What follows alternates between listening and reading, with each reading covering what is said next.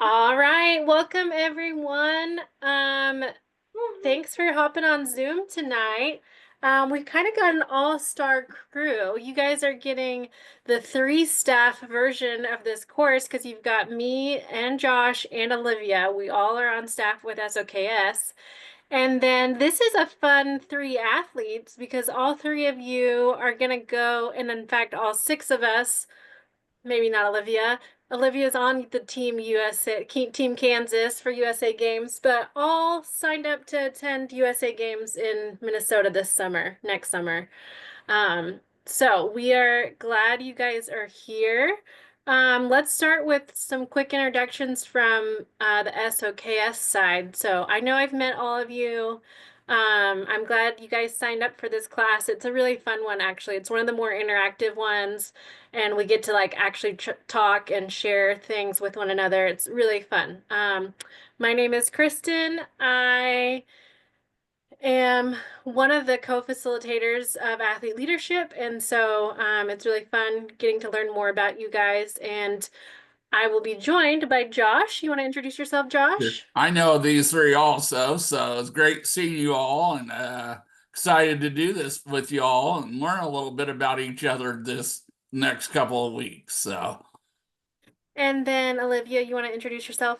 Yeah, I'm Olivia. I met all of you guys at the athlete leadership retreat this summer, so I'm really excited to get to know you better. And this is my first time on a training, so I'm really excited to be a part of it. All right. And then we just had one more hop on. I'm guessing this is Daniel, but honestly, with hair, yep. Hi, Daniel. I'm gonna update Daniel's name so that in case his video goes away, we know it's still him. Josh and I are going to do all the presenting tonight. Olivia may or may not be off camera. She is going to listen in. Like she said, she's never gotten to do one of these before. So she's going to take notes too and just kind of be a part of our class. And she can help Josh and I make improvements. And she's going to help us do other classes later on. So, hi, Daniel. Did you want to come off mute and say hello to the group? I say Daniel sits on our ALC, and so he has been on Zoom meetings with us as well. Can you find there you go. Hey, Daniel. Hi. How are you? Um, I have the way we're going to do it is I have a presentation that I will share out. So the main screen, hopefully you guys will see, is the slides. And they should pretty well go in step with your workbooks. Did everyone get a workbook in the mail? Yep, I did. I did. Good. We like it when the Postal Service works. So yeah, you should have a participant workbook is what it's called, and you are welcome to take notes in there. If you ever want me, if you don't really like taking notes, you don't want to write stuff down, let me know. I can share out the slides too so that you guys can just have a copy of those. But yeah, for the most part, it'll be slides. Josh and I will be reading some of our notes that go with the slides, and then we'll actually pause 4 different times for videos. So we've got some examples we're going to share with you, and then we'll ask for input quite a bit too. We'll ask you what you thought about the video, or we'll ask you some questions about the video to see if you guys understood it. So I, for the most part, will ask you, with a small group, we probably don't have to stay on mute. If you've got background noise, we want you to go ahead and stay on mute. But so far, you guys sound like you're in pretty quiet spaces, so I don't think it's going to be a problem. I'll go ahead and get us started. Hopefully, if I can share my screen. All right. Right, this is the same blue screen we pretty much start with for all our athlete leadership classes. You guys have found your way to what we're calling our athlete spokesperson class. Let me open up my notes. We have 2 parts of this tonight and then 2 parts next week. You'll kind of notice the second part of tonight's lesson is all about like speech writing and how to put together like a story. And so it's good. Why we like doing a week between classes with this one is we want to give you guys time to kind of think about your own personal stories. and Special Olympics. So we'll do parts 1 and 2 tonight, and then we'll pick up next week with 3 and 4. And it should take about, I think, a little bit more than an hour, but we'll just see how fast it goes. So I always do this. I always start the PowerPoint, and like the first thing it's going to tell me to do is to have you guys introduce yourselves. And I'd just rather see your faces than a slide when we do that. So we've introduced ourselves. Would you guys go ahead and introduce? I'm going to call on you if that's okay. And I want you to tell me your name, where you live, and then either like a favorite Special Olympics memory or your favorite Special Olympics sport. So it can be your favorite sport or a favorite memory from Special Olympics. So Katie, let's start with you. Can you share your name, where you're from, and a favorite Special Olympics sport or memory? Well, I'm Katie, and I live in Leewood, Kansas, and my favorite sport would be track. Track. And that just so happens to be the sport you're going to compete in at USA Games, right? Yes. Awesome. All right, Justin, will you share your name, where you're from, and your favorite sport or memory from Special Olympics? Okay, I'm Justin. I live in Shawnee, and my favorite memory would be, I'd say, winning gold at state softball last year. That was really cool. That's fun. I love team sports. All right, so Katie and Justin are both in like that Kansas City metro area. Let's go to Nancy. Can you unmute and introduce yourselves and yourself and tell us a favorite sport or memory? Yeah, I'm Nancy Masasi, and I'm from the Arc City. I do Special Olympics at Butler Blazers. I say my favorite sport would either be basketball or golf. And I also have a favorite memory. Because that's one of my favorite things about it is I've made so many great friends, and 2 of them I've kept in touch with for over 10 years. And it's just so much fun going to Special Olympics basketball to see each other.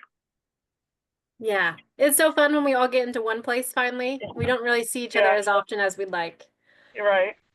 Awesome. So Nancy's down kind of south of Wichita, so this is fun. We've got Metro, and now we've got South Central. Daniel is joining us from North Central. Daniel, do you want to unmute and tell us your name, where you live, and a favorite sport or memory? Hi, my name is Daniel. I live right here in Junction City, and my favorite sport is bowling, and my favorite memory is going to the rodeo. Going to the rodeo. Great. Well, okay, perfect. We're glad you guys are here. We are missing one athlete. We had 5 sign up. Rebecca Shepard will hopefully be able to join us next week. She had to make up a golf practice tonight, I believe. So we'll send her this recording after we're all done. Back to the slideshow. All right, we start with some expectations. These are also at the beginning of all our athlete leadership classes. I'll just read them for you. As athletes, we want you guys to be respectful of the person speaking, so try not to speak over someone. If someone goes on for a while, they've been talking for a few minutes, I might interrupt and ask them to kind of finish their thought so someone else can share. But for the most part, we would appreciate it if you guys wait.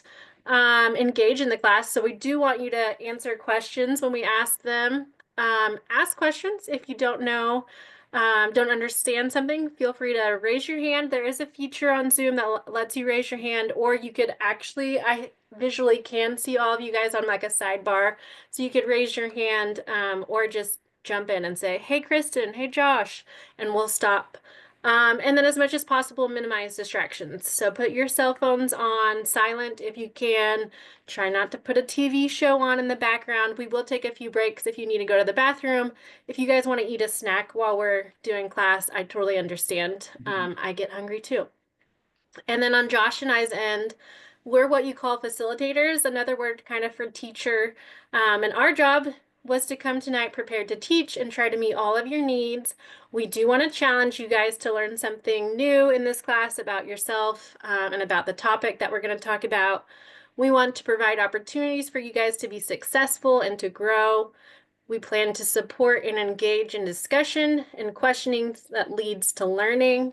We will treat you all with respect and care, and we will create an atmosphere of mutual respect and joy of learning. So we hope that you guys feel respected and that you enjoy being a part of this class with us. We already did this part. This is the part where I always jump ahead. So you guys already did your introductions, so we are good to jump right in. Josh, you want to take it away? Sure, Kristen. All right. So everybody, the purpose of the Athlete Spokesperson's Global Messenger training course is to train athletes that require the leadership skills that will allow them to participate effectively as global messengers. Athletes being able to share their stories through different means, verbally, traditional media, social media, and etc. Athletes lead the messaging on Special Olympics. All right, so what is the role of an athlete spokesperson? The role of an athlete spokesperson, which we previously called Global Messenger, is to promote, educate, and inform others about the mission, benefits, and direction of Special Olympics. Athlete spokespersons can use the power of public speaking and media to spread the word about the Special Olympics movement. So, as athlete spokespersons, we want you to understand Special Olympics, know the facts about Special Olympics, know different ways to provide information to people.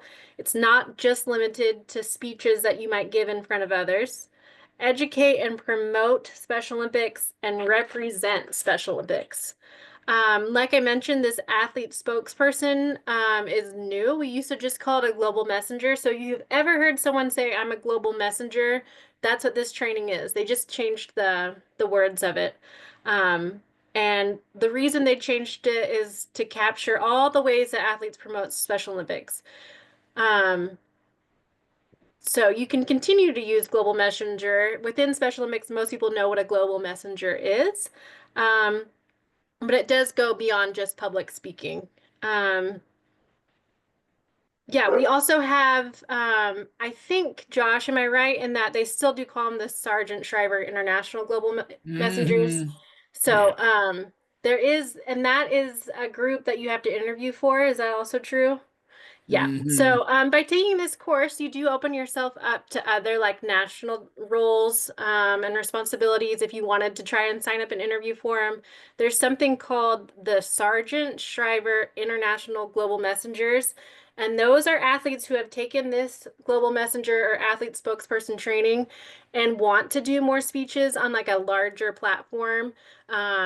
Again, you have to interview for it, and it's really hard to get selected, but they do give speeches in front of audiences around the world. So that is, they have not migrated that over to being an athlete spokesperson. They're still using Global Messenger for that one. But for our purposes here in Kansas, we're calling them athlete spokespersons. So once we finish these next 2 weeks, you all will be trained athlete spokespersons. All right. So tonight, like Kristen said, we're going to go over the first two lessons this week, which the first one is sharing your story. So everybody has a story. And in this lesson, you will learn the skills required to build your story and let it become a call to action for others. And then our second lesson tonight is writing a speech. Speeches need purpose, an introduction, body, conclusion, and in this lesson, you will learn the importance of collaborative work for speech writing. And then our next week, on October 1st, we will do lesson 3, which is delivering a speech. So you'll learn tools that will help you create impact with your speech and some activities for practice. And then our last lesson next week, media training, is when sharing your story with the media, it is important to know how to communicate it in a way that stays true to yourself. Awesome. All right, so now is a great time to grab your workbooks because we are going to start going through some of that with lesson 1, sharing your story. Everybody has a story, and we all have the right to share it with others. A part of the athlete spokesperson training is focused on speeches, but sharing a story goes beyond giving speeches and the ability to do so successfully. There are different ways to share a story, and we need to use all possible means so your stories are told and the message of inclusion is spread wide.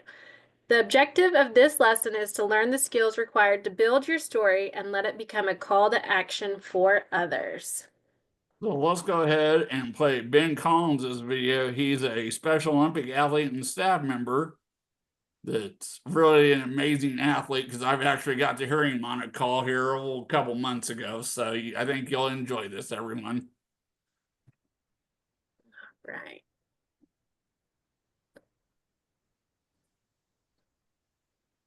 And make sure I share sound.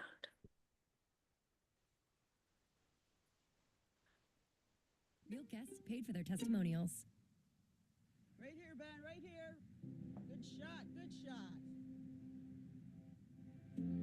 I've been legally blind most of my life. I can mostly see Oops, sorry.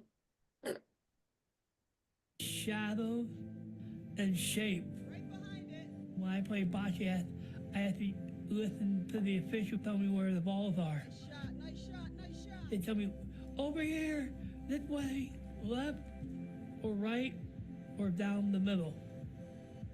I've been a Special Olympics Maryland athlete for 38 years. I've done a lot of sport in my life. If I mentioned more, we'd be here all day. I've been a Special Olympics employee for 26 years in Washington, D.C. I catch the bus in my neighborhood in Rockville. Then I get on the Metro subway to Farragut North.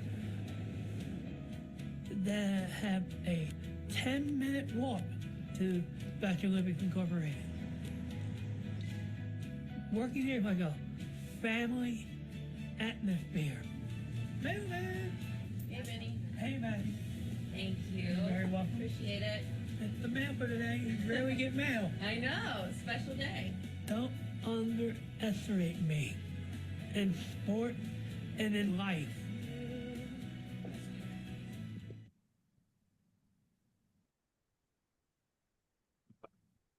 All right, so our first activity for tonight, everyone, is so after seeing Ben's video, let's think about the following questions. And you can either come off of mute or write them in the chat box if you want to. So the first one is, why is it important to share Ben's story with others? Anybody would like to volunteer, go right ahead.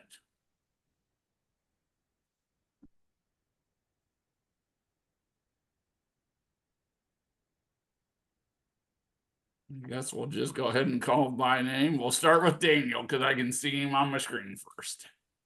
Daniel, why do you think it's important for Ben to share his story? He was blind. Uh-huh. And do you think people maybe doubted him because he's blind? Yep. Yeah. And I don't know about you, but I would say he's doing some pretty cool stuff, right? Right. Yeah. All right, let's Justin, try Katie, do you guys Nancy. agree? Yeah, I agree. Yeah. It's hard doing what he's doing, can't see. Oh, His commute to work alone is so impressive. Like the fact that he takes a bus to a train and then walks is really cool. yeah, it is. I can't imagine living in that big of a city that I would need to do all three just to get to work. Nancy, how about you? Well, it just shows that anything's possible, even with working around limitations. All right, very good. All right, Katie, how about you? Um, I, I, I also think that um, it's important to share it because um,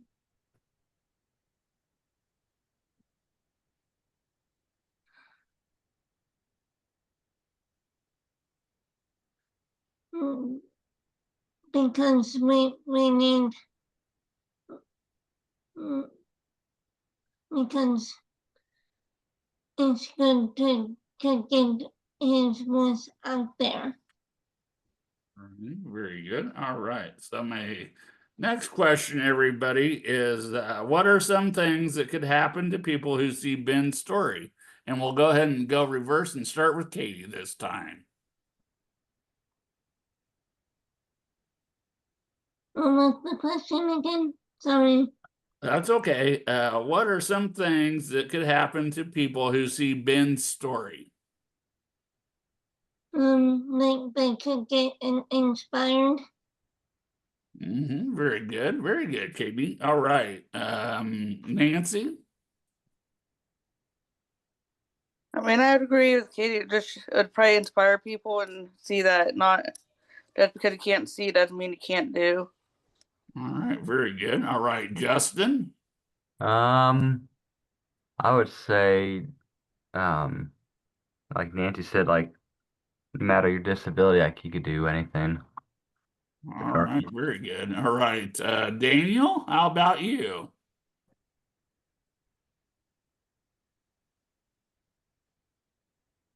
When Ben is blind, people have to show him around when he can't see. All right. And maybe it would inspire others to be that helper, knowing that he just needs a little bit of help, but he's perfectly capable of doing doing really important work too. All right, Kristen, you're up next. Yeah, let me share those slides again.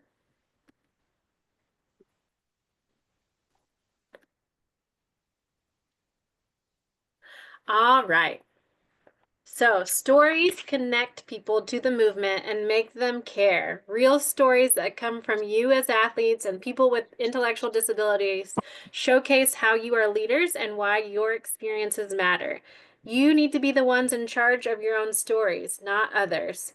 You are the ones with the experience of having a disability, so you need to be the one out there speaking up for yourself and others with a disability. If others do not know about your experience, they will make assumptions about what you can and cannot do. The same way someone might make an assumption that Ben could not get to work if it is 30 miles from where he lives. He has kind of shattered that and shown them, absolutely, I can.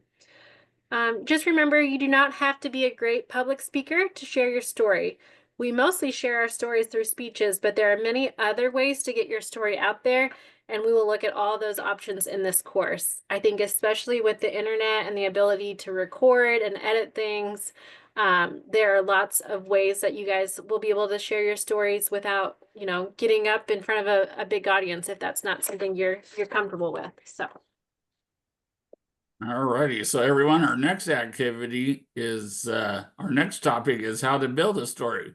But before that, let's do an activity to get you to think about yourself. And we usually do this one in breakout rooms, but since we're so small, we're just going to do it as one big group tonight. Okay, everyone? So before you start building your story, it is important to get comfortable thinking about yourself and your life. To help with this process, think about your answers to the questions below. We won't divide you into groups. So the first question I have for everyone is, how have you acted as a leader on and off the field? And then Josh, these are going to be on page 5 of your workbooks. All right. So feel free to if you want to write down your answer, you can, and we'll have you share too. So the first one, Josh, what was the question? How have you acted as a leader on and off the field? You want to answer that one? Have you guys been able to put any of your leadership skills to work within either on or off the field?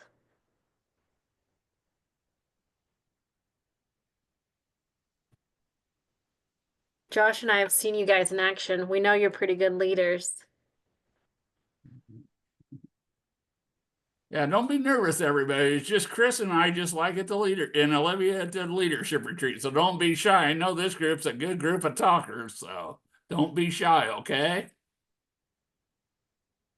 All right, we'll go ahead and Josh, go on. Can you think of any examples of how you've acted as a leader on or off the field? Would you want to start us? Well, sure. So, I love talking to groups and meeting all the athletes at Special Olympics. So, like, I love getting to meet everyone in person because I would rather do that if I could. So it's truly amazing to get to hear all of you guys' stories in person. And I know we're going to use a lot of you here when we get you trained as global messengers. So,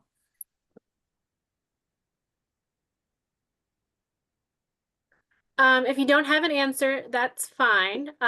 Especially because, like I mentioned, we've got a few days before the next one. So if you haven't thought of an answer for this one, kind of count it as your homework, something to keep thinking about for the next few days. Because ideally, we do want you to come up with answers for all 5 of these questions. But for now, Josh, yeah, go ahead and take him to the next all one. right, Kristen. All right. So, can you tell us about your proudest or more memorable moments? And then the next one is how did you feel during this moment? And then the one after that is how does your story show your talents and skills? And then what is your goal as an athlete leader? And then what is the one thing you want everyone to know about you? And then we'll go from there. Any of those questions stick out as one you'd be willing to share to the group with? Oh, I will. Yeah. But I don't say on the being able to be a leader on or off the field.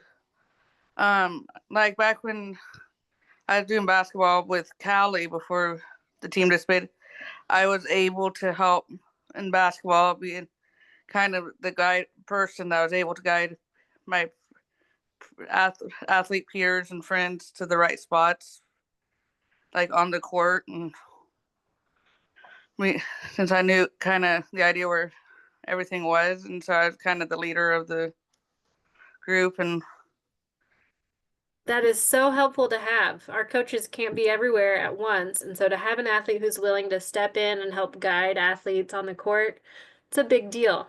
That's really cool. I have one. Sure, Katie. The first question, but, whenever I have track practice, I'm always the first one at practice. Like I'm running laps while everyone's still getting there.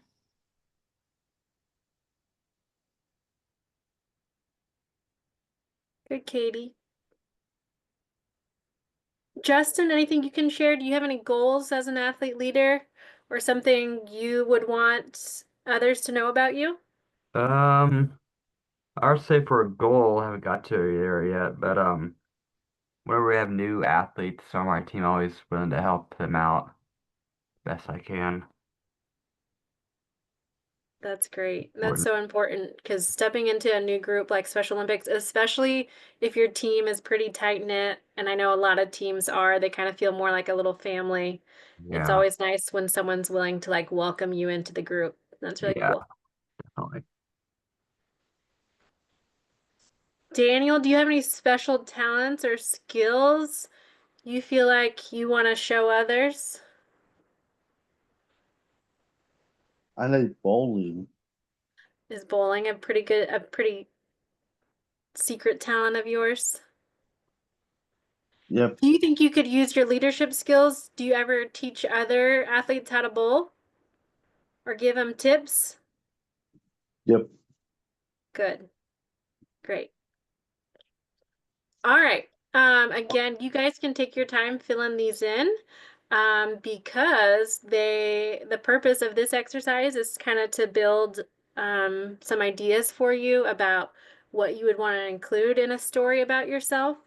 But we're going to keep moving just to get through the slides, and then you guys are welcome to come back and fill some of this in throughout the week. No pressure to do it all tonight. Again, you've got a few days here. And it might not all come to you tonight anyways. You might want a few days to think about some of these. All right. All right. So building your story is a journey that we're going to start today. But you're not going to leave tonight's lesson with a story ready. We just want you guys to have the tools so that you can continue this on and start to put your story together.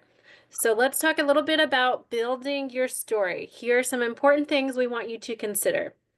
As we discuss each of these points, think about yourself and start making choices about the kind of story you would want to share.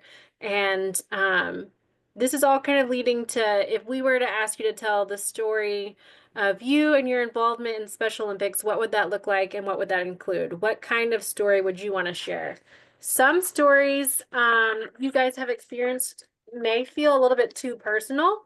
Like it's not something you would want to share with others just yet, and we do not want you to feel pressured to share any part of your life that you don't want to. That is definitely your story to share, and we want you to share the things that you are proud of, the things that make you unique, and just know that you only need to share what you're comfortable with sharing.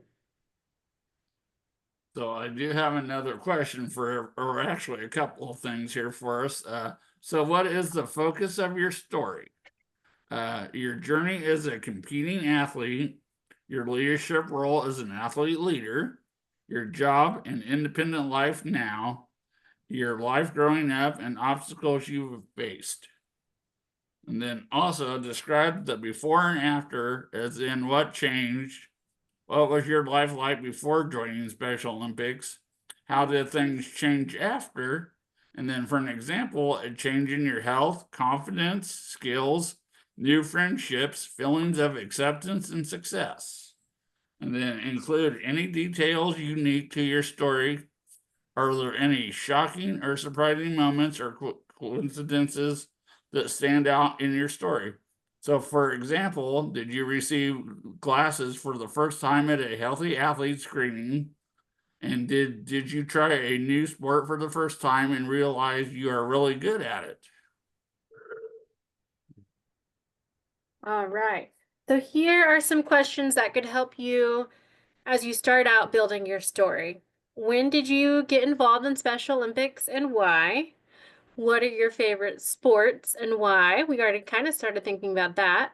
How is your life different since you started with Special Olympics? What does Special Olympics mean to you and how has it changed you? What are you most proud of?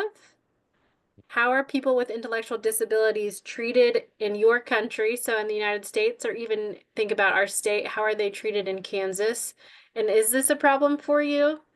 And then how has Special Olympics improved attitudes and helped build unity or community for you and your own communities in Kansas and in our country? All right, everyone. So let's watch another video. This one is of Kester Edwards, a Special Olympic athlete and staff member. And then after the video, I've got a few questions again for us all. I'm gonna stop my share because I think when I started sharing, it always asks like, do you want to share audio? Oh, good. I did say yes. Perfect.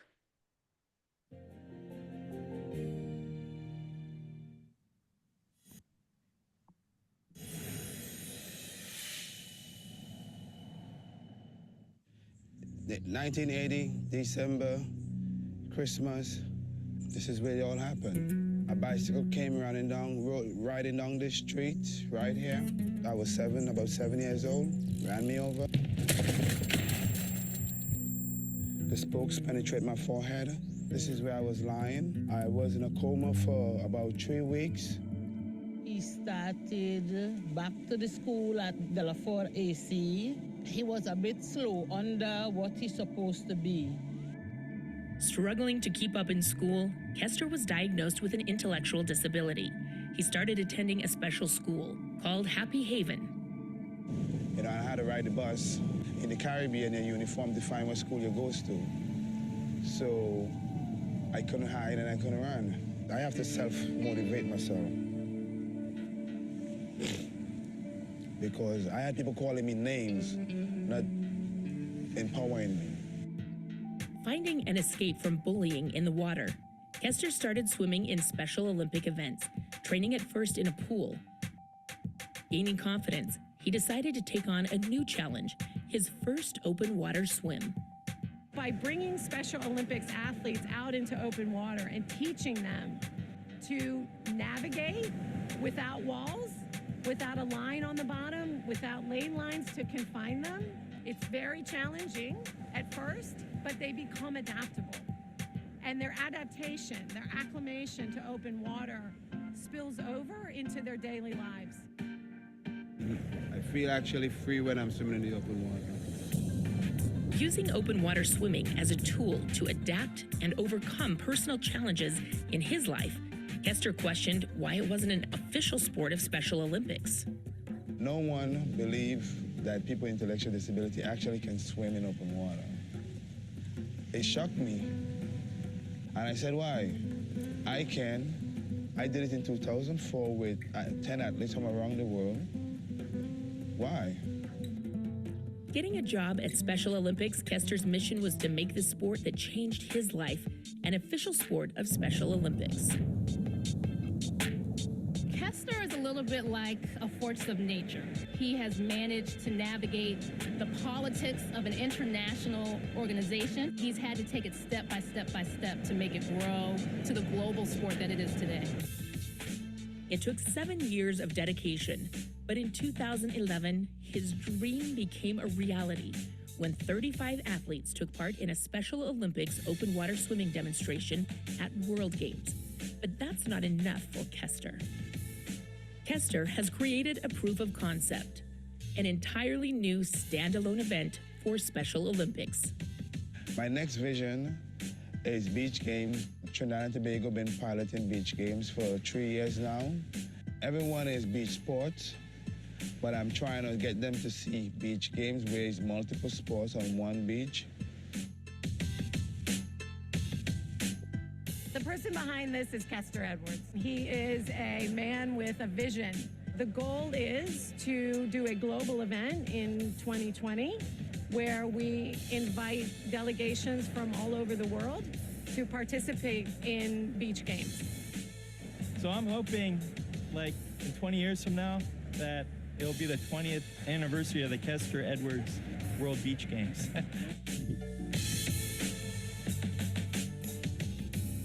Beach games have been successfully held in 3 countries as a Special Olympics event.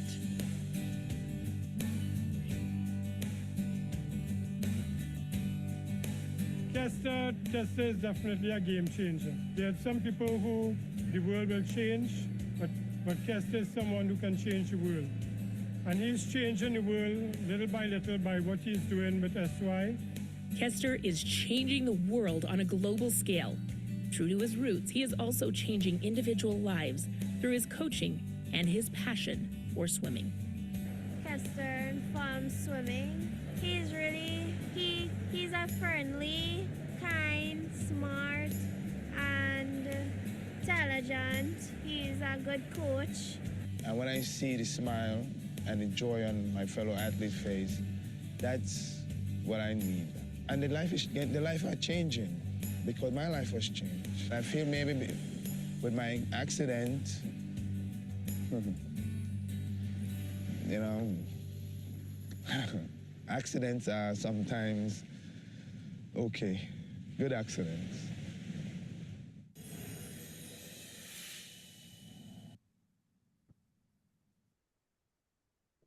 Did everybody enjoy that video? Did. Good. All right. So the first question I have, and usually we'll do this in a breakout room too, but of course, since we're a small group, we'll just go ahead and do the full group. So my first question, what do you think the focus of Kester's story was? Anybody can raise their hand or just type in the chat box if you want. Well, through perseverance, you can do anything. Because he kept trying and he finally got a sport that he wanted. Very good. A delegated sport. Very good, Nancy. I like that answer. Anybody else? Daniel, how about you?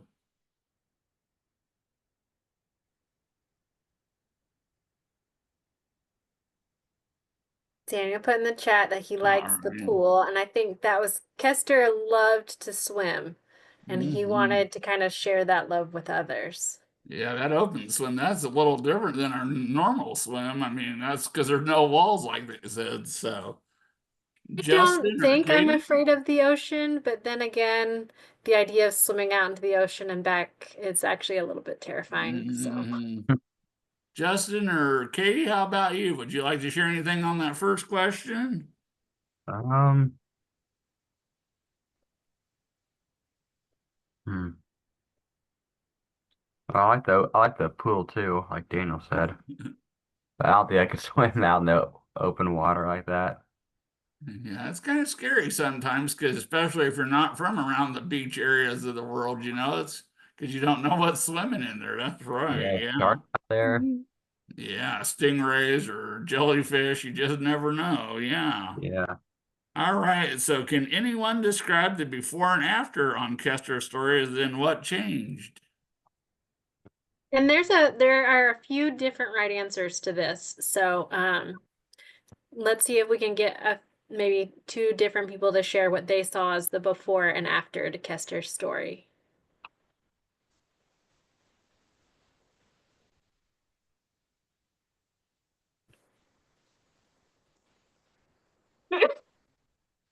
Bless you, Katie.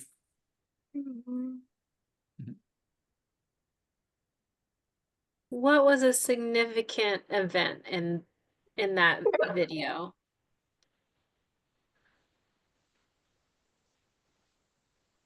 He definitely started the video with a big event. What did he say happened?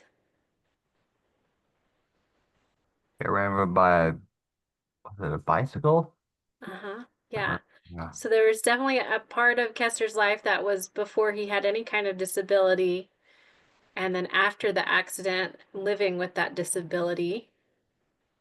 Um, but then even after that, he did some pretty significant things that we could say, or maybe a before and an after.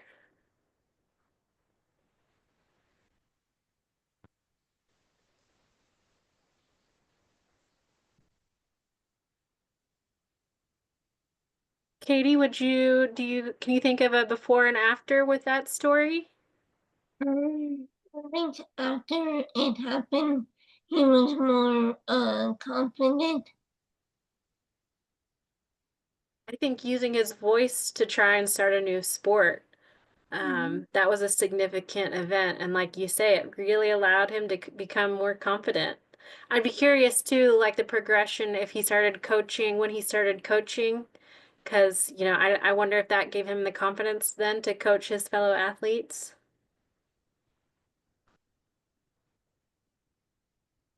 All right. So, our last question for this activity is, what are some unique details of his story? I think we've kind of discussed some of those already, but did anybody else catch anything else? How about Olivia? We haven't picked on Olivia yet. We'll let her.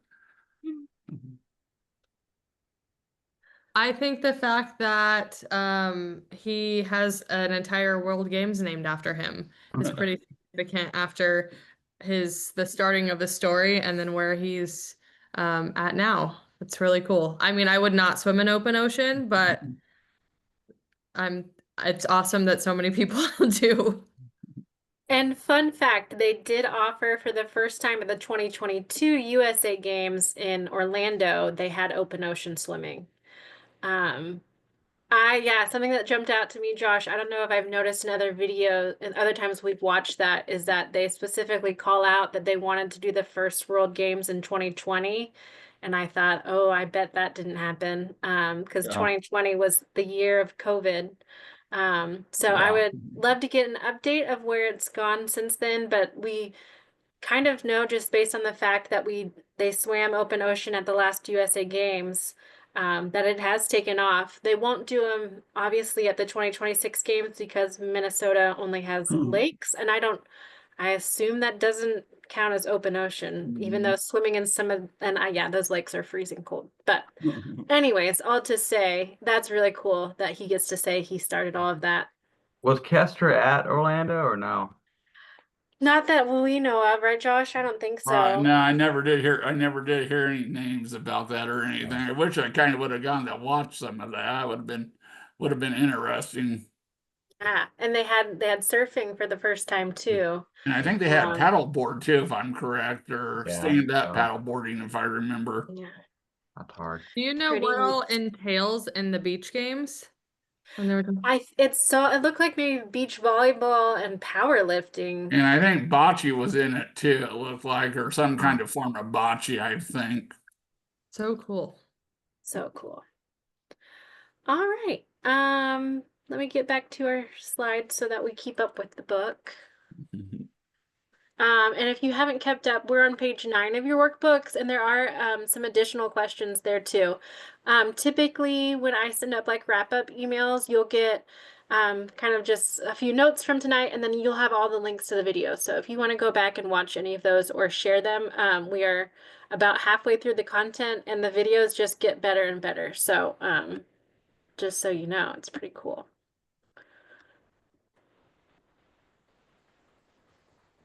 Slideshow. All right, where to tell your story. Once you have started building your story and feel confident to share it with others, you'll have to decide how and where to share parts of it. There are different ways to share your story. Can you guys think of some different ways to share your story? We've kind of talked on them briefly. Facebook, Facebook, yep. Instagram, Instagram. What about ways not on our phones? How else can we tell our story? Phones aside. TV. Yeah, I know Josh, Olivia, and I have all done TV interviews. One more. What's one more way to share your story? Speaking to groups or Yeah, going and doing like a presentation in front of a group. Good. So that was a great list. I'm going to add to it. We talked about social media and blogs. So Instagram, Facebook, TikTok is really big. Twitter, which we now call X. Those are all places where you could go and share a picture or share a post about yourself, about Special Olympics. There's also radio. There's TV, and there's live interviews, maybe at events. There's also taped interviews where you might go into a studio and talk to someone there. There's also what am I missing? Oh, I was going to say newspapers. We don't really see newspapers quite as much, but a lot of newspapers have like an online presence too. So even, there might be an article about something you've done. And I've actually seen quite a bit of this even with USA Games coming up. I've seen a few athletes show up in their local newspaper announcing that they've been selected to represent Team Kansas at the next USA Games. So pretty cool. We're going to talk specifically a little bit about social media. So here are some tips and tricks to share your story successfully. We do get into this again a little bit more in part 4 of this, but real briefly, social media gives everyone a space to tell their story with others. You don't need anyone else to do it for you, to write something for you. It's a way for athletes, and I know a lot of athletes use social media to share pictures and share that they've got events coming up and talk about how their competitions have gone. And it's really neat because then athletes get to be in control of their own stories. You get to share what you want. So think about what you would want to see from your friends, and then share that kind of stuff, knowing that they probably want to see it from you too. It's a chance to be authentic, to be honest, to be open to questions and different point of views. That's one really interesting part about social media is that everyone is kind of entitled to their own opinion, and as long as we are being respectful and kind in the way we engage with others, it's a place to kind of share your own commentary on things. And then hashtags have kind of come and gone, but I think they're still used quite a bit. If you see, it was previously called the pound sign, but now I think we call it like a hashtag most of the time. It's that number sign. If you put it on like most social medias, if you put it before a word, it will link that post to anything else that has that same word tagged in it. So some of the ones that Special Olympics uses is they use hashtag inclusion revolution. Um, hashtag Special Olympics. Usually like USA Games will have one. I forget what it is. Shine. Wait, I think in 2022 it was Shine. Something to do with Shine. Mm-hmm. I forget. But hashtag, you can always you can come up with your own hashtag. Justin could put hashtag Justin Special Olympics, and then if he did that with every single one of his Special Olympics posts, he could go back and see all the ones that just have that hashtag on it. So, pretty neat. I did throw in some extra slides here because I threw into your packets a social media guide. That is just some do's and don'ts with social media, so feel free to look through those. But again, this is actually the slide I think I just talked more about. Social media safety. Just briefly want to share that it's important to be safe when we're on the internet. This is going to be page 12 of your workbooks. Social media is a great tool if you want to communicate with other people. But remember that there are people you don't know personally that might be seeing some of your things online. So be careful about what you post. Never post like your home address. I don't really like sharing even like my phone number on social media because I don't know who's going to see that. If anything, I'll share an email address if I want people to reach out to me.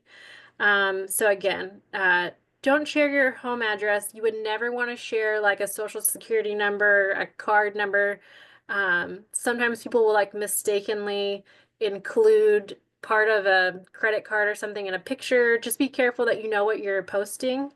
And that some things are more important to keep private. You don't necessarily want everyone to know everything about you. So think twice before sharing information. Yeah, is this something I want a wide audience of people to know? With like Facebook, there's the messaging tool, so you could share certain things to just a group or a few people that way. Um, you don't always have to share. Some people share everything on social media, and if that's their preference, that's great, but others prefer not to, and that is totally okay too. And then a few do's and don'ts. They recommend avoiding all uppercase. It usually if you're using all uppercase, it seems like you're mad or trying to like yell. Um, I personally think it's important not to use like offensive language or bad words or curse words in your posts, only because it's going to turn people off. A lot of people are going to stop looking at your things because they think it's just a little bit too crass. So, if you're feeling really strongly about something and you need a vent, it's probably better to go find someone in person to talk to than put that on the internet. Be careful about posting too much. We probably don't need to know every food and snack you ate and what color shoes you're gonna wear today. And, if you're posting every 5 minutes, maybe again, that's something where people will stop paying attention. Or if you reshare everything you see on Facebook, I think there is sometimes people forget that they are maybe oversharing. But I've also seen athletes who want to share like 3 or 4 or 5 things a day, and they're really interesting things. And that'll kind of come in waves. Sometimes we find a topic we're really interested in and we want to share a lot about it. And that's pretty neat too. Be careful about sharing fake news. The internet is a really weird place, and we have something called AI, artificial intelligence. And so, honestly, even I haven't decided if it's my age or if the computers are just getting so smart. There are things I read and I have no idea if it's true or not. There are websites like Snopes.com that you can go to and type in, like, is this true? And it'll help you decide what is fake news and what is actually legitimate. I saw today, and I'm not kidding, I saw today something that said Adele was announced as the Super Bowl halftime performer, but then I Googled that elsewhere and I didn't find it, so I think it was fake news. I'm gonna assume it's fake news until I see a respectable site tell me that it's true. So I thought it was going to be Taylor Swift. This is why we have to fact check. Yeah, And then what was that, Justin? yeah, I heard that. I You guys heard the Taylor Swift rumor? I can agree with you on that one. Got it. Until I saw the actual picture of them in the garden with the ring. Uh-huh. Yeah, did we think the Travis and Taylor engagement was fake news? Nope, it's real. And then last but not least, this is going to finish out this part of the lesson. And just know, I think this part of the lesson was longer intentionally. Avoid as much as possible getting in internet arguments and fights. It is sometimes hard because there are people on the internet we don't necessarily agree with. But I think we've kind of learned that we're not really changing minds in the comment section on Facebook. That's probably better. A conversation with someone, if you disagree with something they say, is just ask them questions the next time you see them. Um, yeah, it's better not to leave that all on Facebook. So, I'm gonna stop my share. Does anyone have questions about this part of what is a story and how are we sharing stories? I got one. I Yeah, heard you Justin. say that someone put on Facebook that Jamal Charles died. It's like, what? I haven't heard that. I don't think it's true. I had to look it up. This is stupid. Like, I've been all over Chiefs.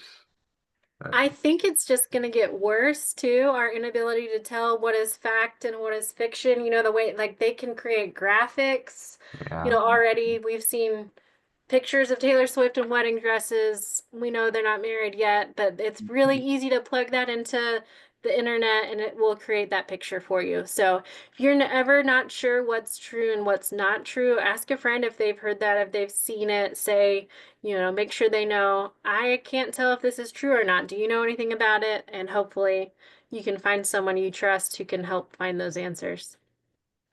All right, that's perfect timing. It's a minute before 8. Let's take a 5-minute break I'm gonna grab a glass of water. Go to the bathroom if you need to, stretch your legs, do a lap around your living room. We will start back up at 8:05. And let's see, that was about 14 pages of your workbooks, and the next part is only 5. So I still think we'll be done around 8:30, maybe a little bit later. But let's break real briefly and we will start. I'm going to go ahead and pause our recording too, and we will start back in 5 minutes. All right, everyone have a good quick break. Yeah. All right, we're going to jump into the second part of our lesson. It's going to talk a little bit about writing a speech.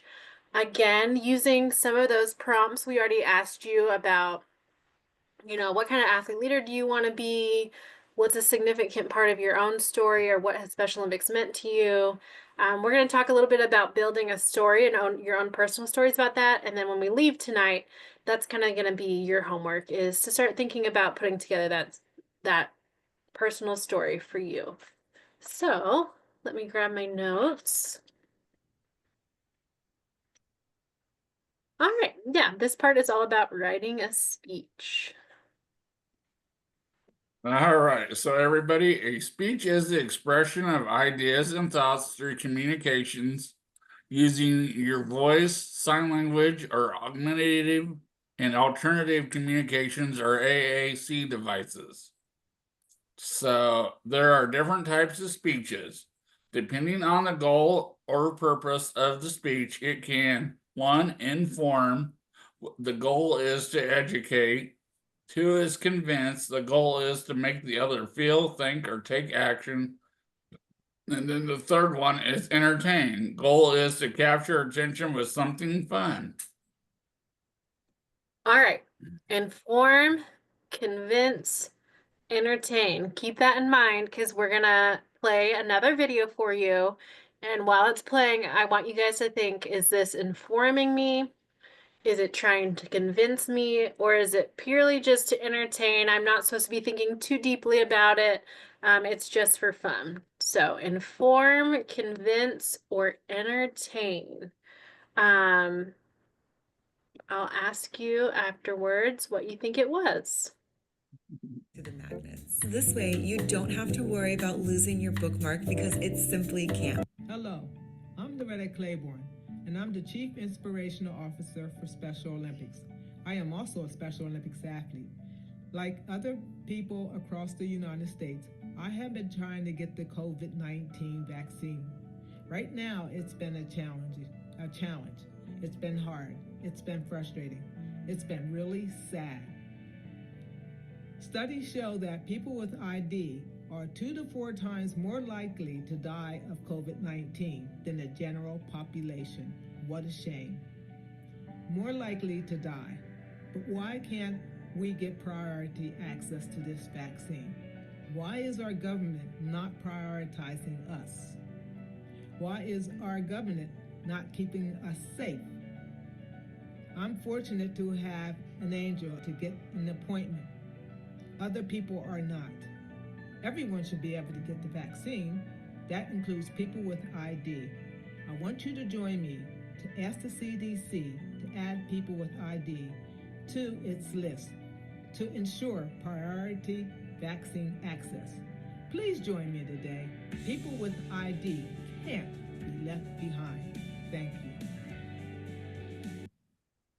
All right, so there at the end, she said, join me in asking the CDC to prioritize those with IDD for the vaccine. You think she's informing, convincing, or entertaining? Say informing. Okay, Justin thinks it's informing. Anyone else? Well, it feels like it's kind of both informing and kind of convincing. Trying to inform you of the information, but also trying to see about getting a pathway for convincing for a pathway for IDD individuals with IDD to get what they need. Anyone else have thoughts? I think Nancy, you hit it right on the head. She definitely started with that informing piece of saying, you know, kind of this was obviously a video that was made in 2020, and this class, the last time they kind of updated it was 2021. So at the time, it was a pretty recent video, kind of informing the risk of COVID-19, especially for those with IDD. But then I agree, Nancy. I think she was trying to convince people to take action, like it says on the slide. Reach out to their elected officials to urge the CDC to add those with ID to the priority list. Yeah.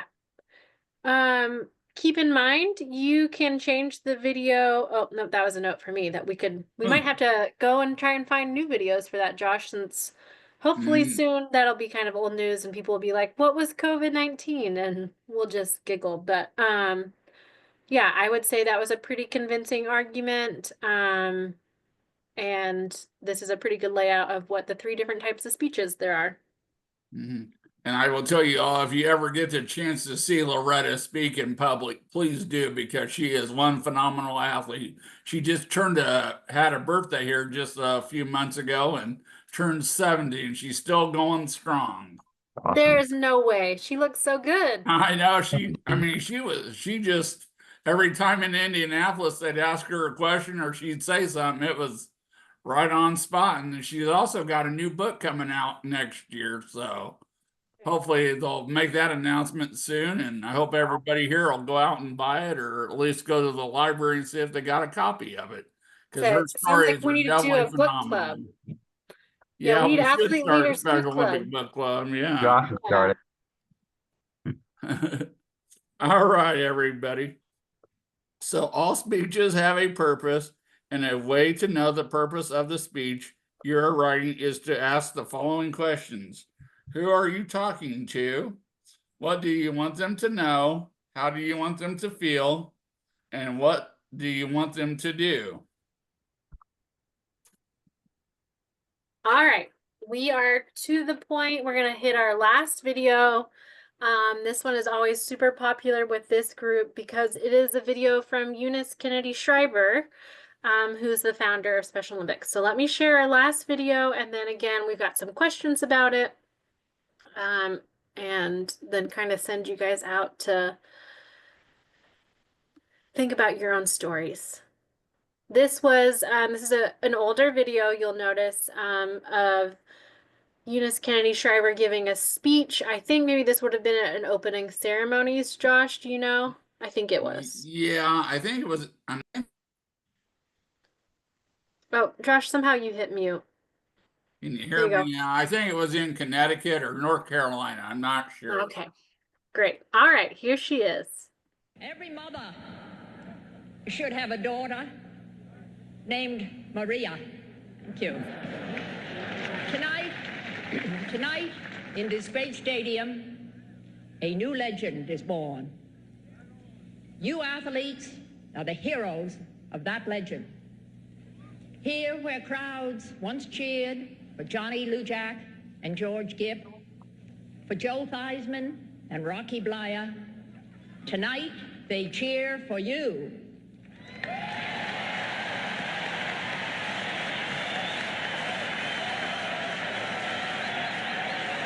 A crowd.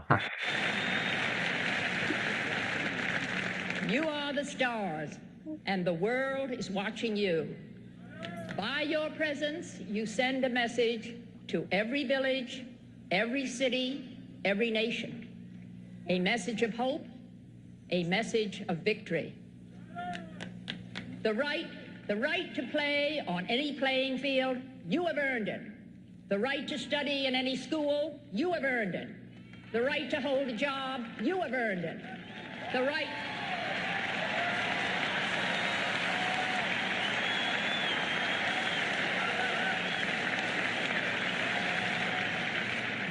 to be anyone's neighbor, you have earned it.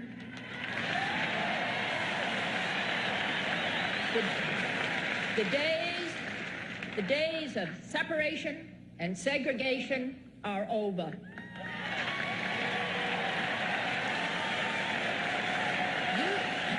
You Special Olympians have thrilled us on the playing fields of the world. You have taught us that what matters is not power or politics, weapons or wealth. What truly counts is the courageous spirit and the generous heart.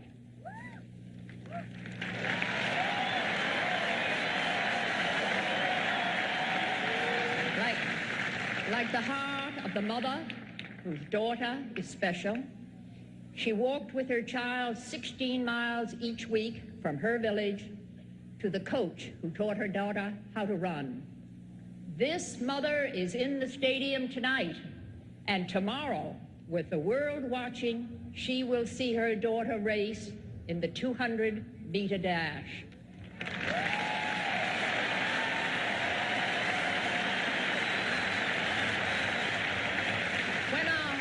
When our hearts are touched and when they are opened, then there is a world on fire. As the philosopher wrote, after conquering the winds and the waves, the tides and gravity, we shall harness for God the energies of love. And then, for the second time in the history of the world, man will discover fire. Good luck, Special Olympians.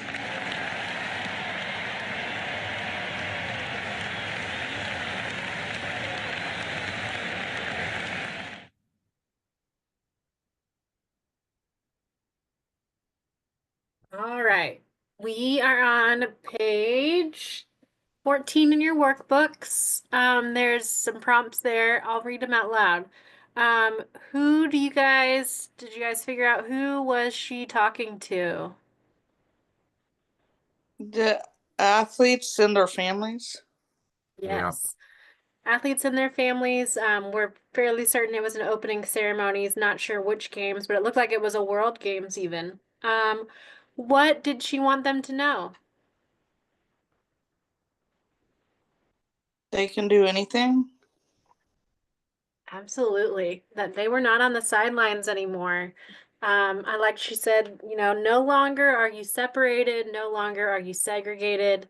You are playing on the same playing fields as a whole bunch of heroes I'm sure I've never heard of, but I bet they knew who those names were. They knew I bet they were I know Joe Theismann. I think that's a football player, Josh. Mm-hmm. Yeah, he played for the Washington Redskins. Quarterback. Okay. So yeah, I mean, all these famous people who'd come before him, and now it was their turn. Katie, how do you think she wanted them to feel? How did it make you feel? Inspired. Yeah. Inspired, seen, important.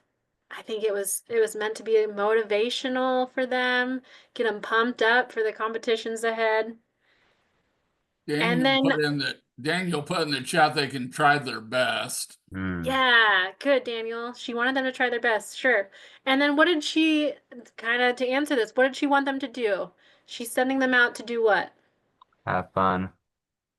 Try their try their hardest. Try their hardest, for sure.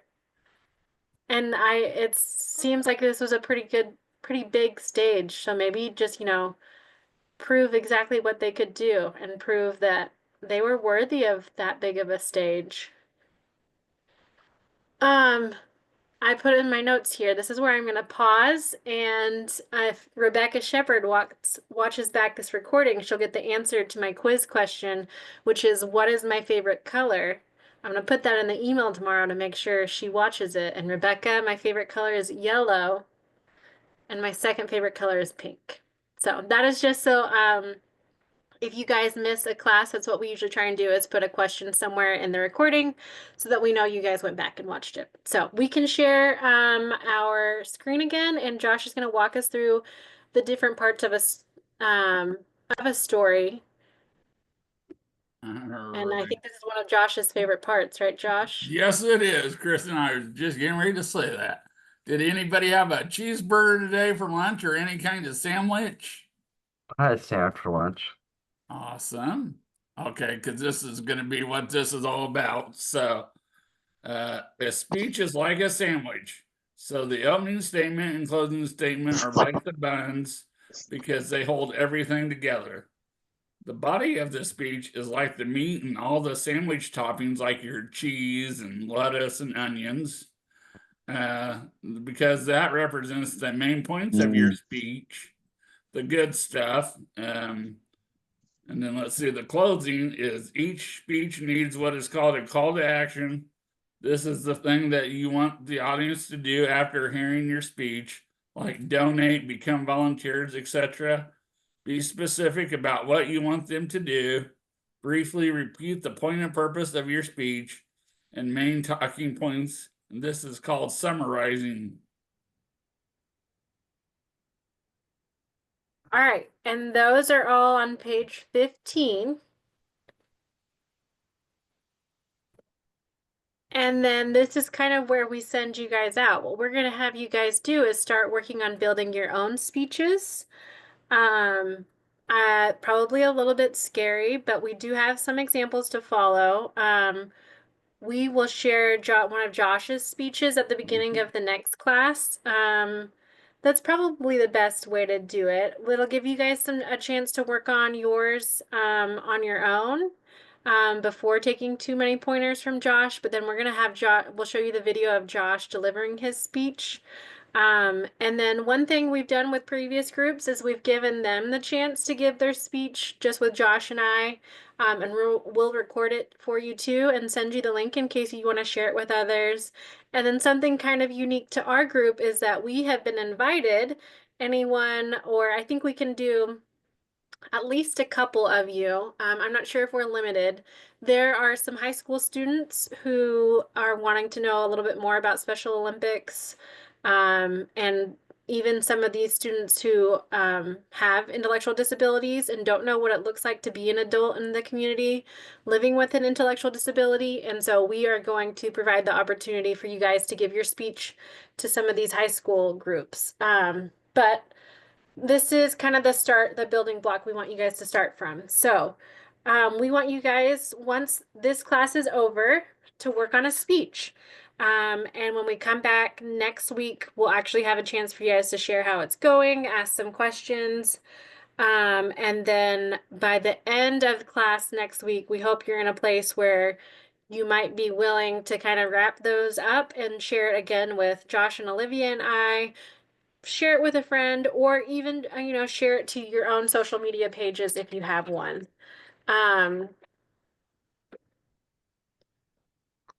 So let's go ahead, Kristen. I think this is you. Yep. Yep, I kind of skipped over that and said it in my own words. We're on consider the following information. All righty. It should be on page 14 of your notes, Josh. Okay, let's see. 14. Let's see here. One more. I've got activity number 3 is what I've got.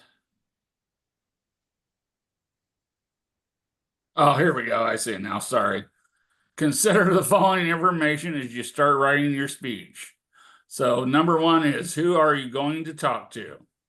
Number 2 is, what is the purpose of your speech? Number 3, what do you want them to know? Number 4, how do you want them to feel? And then the last one is, what do you want them to do? So knowing the answers to those questions is important. So let's practice. See the example and use it to write your own speech using the outline. So don't forget, your speech needs the opening, which is the bun. So that would be greet your audience, tell them your name, and say the purpose of your speech. The body, which is the good stuff, is like the main point. Use evidence, share examples, and tell them what you want them to do. Then, of course, the closing, which is the bun, is summary statement. Ask them to take specific action and thank them. All right. This is where we're kind of going to leave you guys. Your workbooks have the outline that Josh mentioned. We are going to ask you to write either an informative speech or a convincing speech, really with the idea of it would maybe be a speech that you would give to someone who's interested in joining Special Olympics. You know, that big moment, before and after moment for you might be before my life before Special Olympics, or my life and now my life after joining Special Olympics. It could be a call to donate.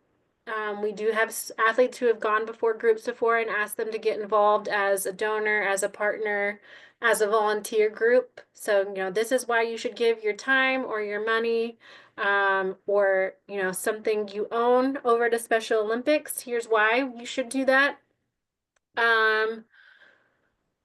Or trying to think of other kind of speeches athletes have done. Mostly for these purposes, we wanted to do a Special Olympics, have something to do around Special Olympics.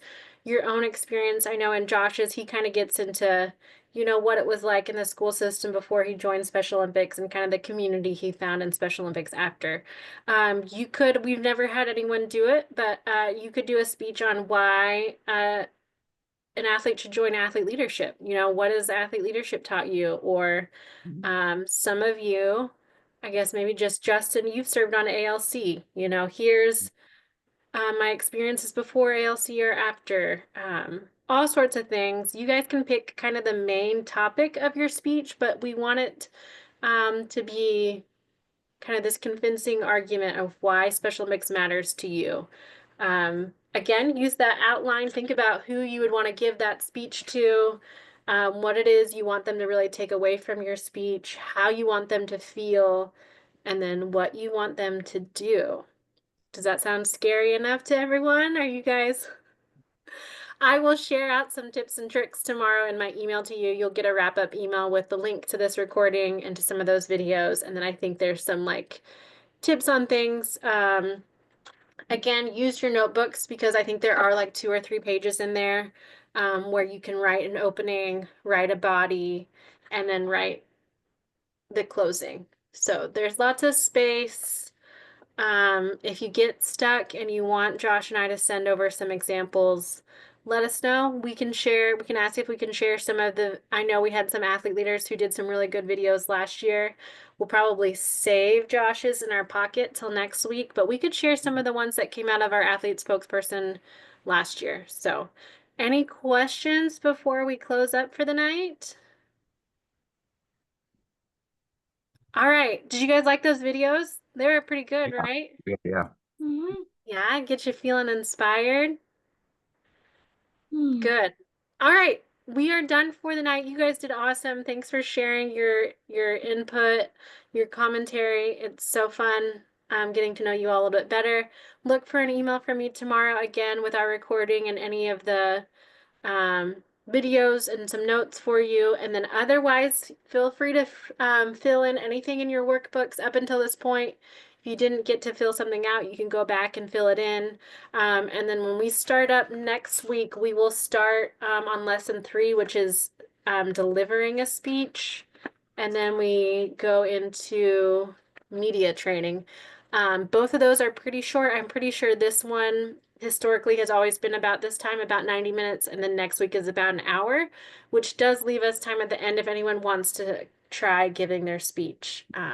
So we will leave you with that, and we hope you have a great rest of the week. Bye, everyone. Bye, everybody. Yeah. Great job tonight. Thank you.